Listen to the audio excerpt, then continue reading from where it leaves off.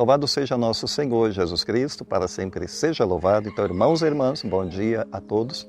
Bem-vindos a essa reflexão da Palavra de Deus para esse primeiro domingo da Quaresma sobre as tentações de Jesus no deserto. Jesus entrou no deserto e foi tentado por Satanás. Uma bela reflexão que abre esse domingo. Vamos pedir a Deus a luz do Espírito Santo para nos guiar também na compreensão sobre os desafios em nossa vida. Não esqueça de dar o seu gostei, de desejar deixar o seu like para esse vídeo e também compartilhar com a sua comunidade. Vamos então iniciar a proclamação. Proclamação do Evangelho de nosso Senhor Jesus Cristo, segundo Lucas. Glória a vós, Senhor. Naquele tempo, Jesus, cheio do Espírito Santo, voltou do Jordão e no deserto ele era guiado pelo Espírito. Ali foi tentado pelo diabo durante 40 dias. Não comeu nada naqueles dias e depois disso sentiu fome. O diabo disse então a Jesus: se és filho de Deus, manda que esta pedra se mude em pão. Jesus respondeu: a Escritura diz, não só de pão vive o homem. O diabo levou Jesus para o alto, mostrou-lhe por um instante os reinos do mundo e lhe disse: eu te darei todo esse poder e toda a sua glória, porque tudo isso me foi entregue e posso dá-lo a quem eu quiser. Portanto, se te prostrares diante de mim em adoração, tudo isso será teu. Jesus respondeu: a Escritura diz, adorarás o Senhor teu Deus e só a Ele servirás. Depois o diabo levou Jesus a Jerusalém, colocou-o na parte mais alta do templo e lhe disse: se és filho de Deus, atira-te daqui abaixo, porque a Escritura diz, Deus ordenará aos seus anjos a teu respeito que te guardem com cuidado. E mais, ainda, eles te levarão nas mãos para que não tropeces em alguma pedra. Jesus, porém, respondeu, a Escritura diz, não tentarás o Senhor teu Deus. Terminada toda a tentação, o diabo afastou-se de Jesus para retornar no tempo oportuno. Palavra da salvação, glória a vós, Senhor. Bem, caros irmãos, hoje, nesse primeiro domingo da Quaresma, a Palavra de Deus vem nos mostrar Jesus no deserto, em oração e jejum, e Jesus que é tentado pelo diabo nesse momento em que ele está jejuando para iniciar a sua missão. De fato, o deserto é um lugar que apresenta para nós um local de vulnerabilidades, mas ao mesmo tempo um local de revelação. Pois a jornada de Jesus no deserto, ela foi guiada pelo Espírito Santo e não é um acidente, mas é um caminho querido por Cristo, é um caminho intencional. Então Jesus ele quis entrar no deserto para orar e jejuar. E o deserto é um lugar, ao mesmo tempo, que apresenta para nós vários paradoxos, pois é um lugar de aridez que nos apresenta, assim, de fato, a vida dentro de um patamar de desafios, de vulnerabilidades, enfim. Um lugar de solidão que revela também a presença de Deus. E Jesus ele não enfrenta apenas a fome física, mas ele também enfrenta a fome espiritual. Ou seja, o deserto ele pode simbolizar para nós, aqui no caso para Jesus, mas também para nós, a experiência humana de que nós somos confrontados a escolher a vontade de Deus ou então os atalhos do mundo. E essa escolha acaba acontecendo em algum momento, os caminhos mais fáceis que o mundo nos apresenta e o caminho dessa aridez, desse desafio, desse deserto, que é o caminho onde Deus ele vai aprofundar a nossa conexão com Ele, a nossa relação com Ele, a nossa intimidade com Ele, mas com desafios, com a necessidade da purificação e da conversão. Claro, para nós então a Quaresma acaba sendo uma imagem de despojamento, como que entrar no deserto para enfrentar os desafios e ao mesmo tempo buscar essa intimidade maior com Deus. E as tentações acabam sendo para nós uma espécie de espelho onde a gente deve se olhar, pois olhar para ver qual é a nossa realidade, quais são os desafios. A primeira tentação que apresenta aqui, a Palavra de Deus apresentou, o pão que sacia, mas é um pão que não transforma. Transforma essas pedras em pães. Podem saciar a fome física, mas não vai levar a uma transformação espiritual. Nós bem sabemos que o diabo ataca Jesus no momento em que ele se encontra mais frágil, pois ele está com fome nesse momento.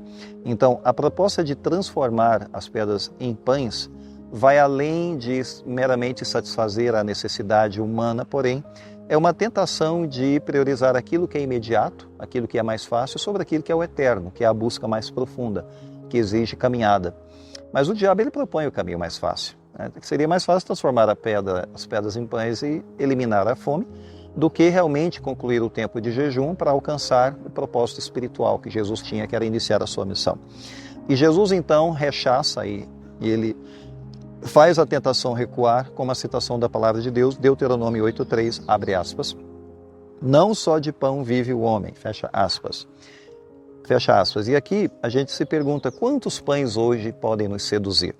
A Quaresma nos chama, de fato, a perceber quais são as seduções que estão por trás dessa imagem desse pão, através do qual Jesus ele é tentado por Satanás.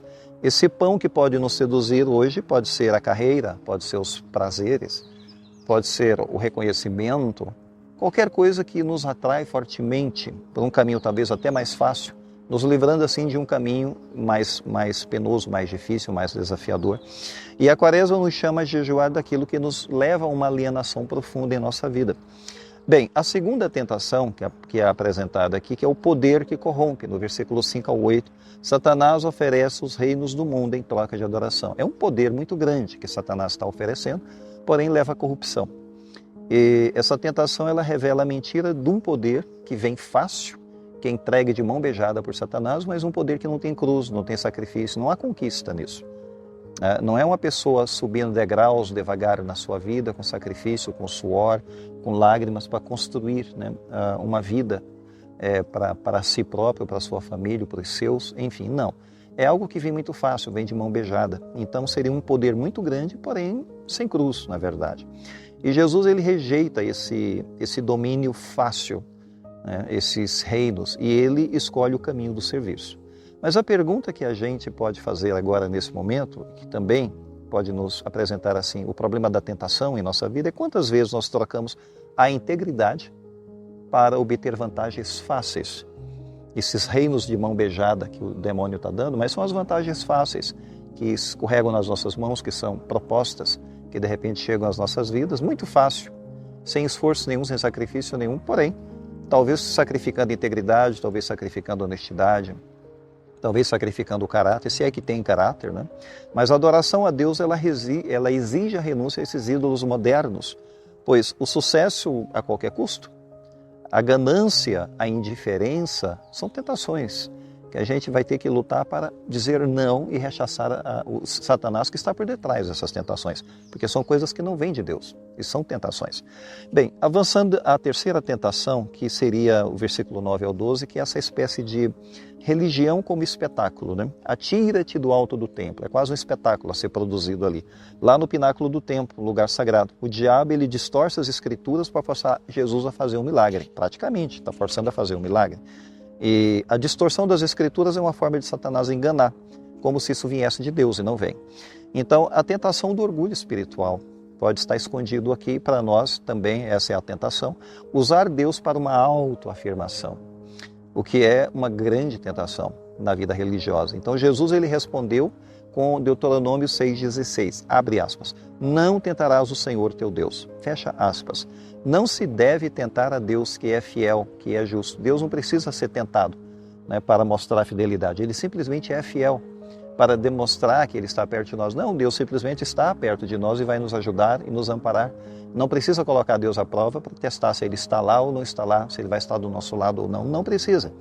A pergunta é o seguinte, quantas vezes nós exigimos sinais de Deus em nossa vida? E muitas vezes a gente exige esses sinais como uma espécie de prova de Deus, esquecendo que a fé é confiar em Deus mesmo quando Ele faz silêncio, mesmo quando parece que Ele não está lá. Mas será que nós confiamos em Deus? Mas essa é a tentação que Satanás pode colocar por detrás para nos provar. E Jesus, ele venceu o demônio sem debater com ele, não teve debate com Satanás aqui. Ele apenas citou as Escrituras, não teve um debate de argumentos contra o demônio. Porque não se deve perder tempo discutindo, né, argumentos com o demônio. E, na verdade, cada resposta veio do Deuteronômio. Jesus citou a antiga escritura, que é os livros do Deuteronômio, onde que narra as falhas de Israel no deserto. Justamente o Deuteronômio é um livro que apresenta, né, os pecados de Israel. Mas é onde Jesus vence. Onde Israel falhou, Jesus venceu. Como explica Paulo, né, na teologia do segundo Adão, vem de lá. Ele refaz o caminho aonde a humanidade tropeçou. São Paulo faz essa reflexão. Porque Adão e Eva caíram no Éden. O povo pecou contra Deus no deserto e Jesus no deserto venceu as tentações. É o único que vence, que é o segundo Adão. Então, entremos também no deserto nesse tempo de Quaresma, porque para nós vai ser o desafio. Aonde as tentações, elas não são derrotas. As tentações serão oportunidades para nós crescermos, oportunidades para nós amadurecermos, oportunidades para nós enxergarmos as nossas fraquezas mais claramente, porque Deus vai permitir isso. Mas se a gente confiar em Deus, seremos guiados pelo Espírito Santo também, como Jesus foi guiado ao deserto. Né? E não vamos ser guiados pelo medo, vamos ser guiados pela fé e pela confiança. Então não há o que temer. Pensemos nisso, porque também as tentações fazem parte da nossa vida.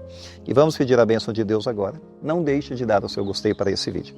O Senhor esteja convosco, Ele está no meio de nós. Abençoe-vos Deus Todo-Poderoso, o Pai, o Filho e o Espírito Santo. Amém. Fiquemos em paz, o Senhor nos acompanhe.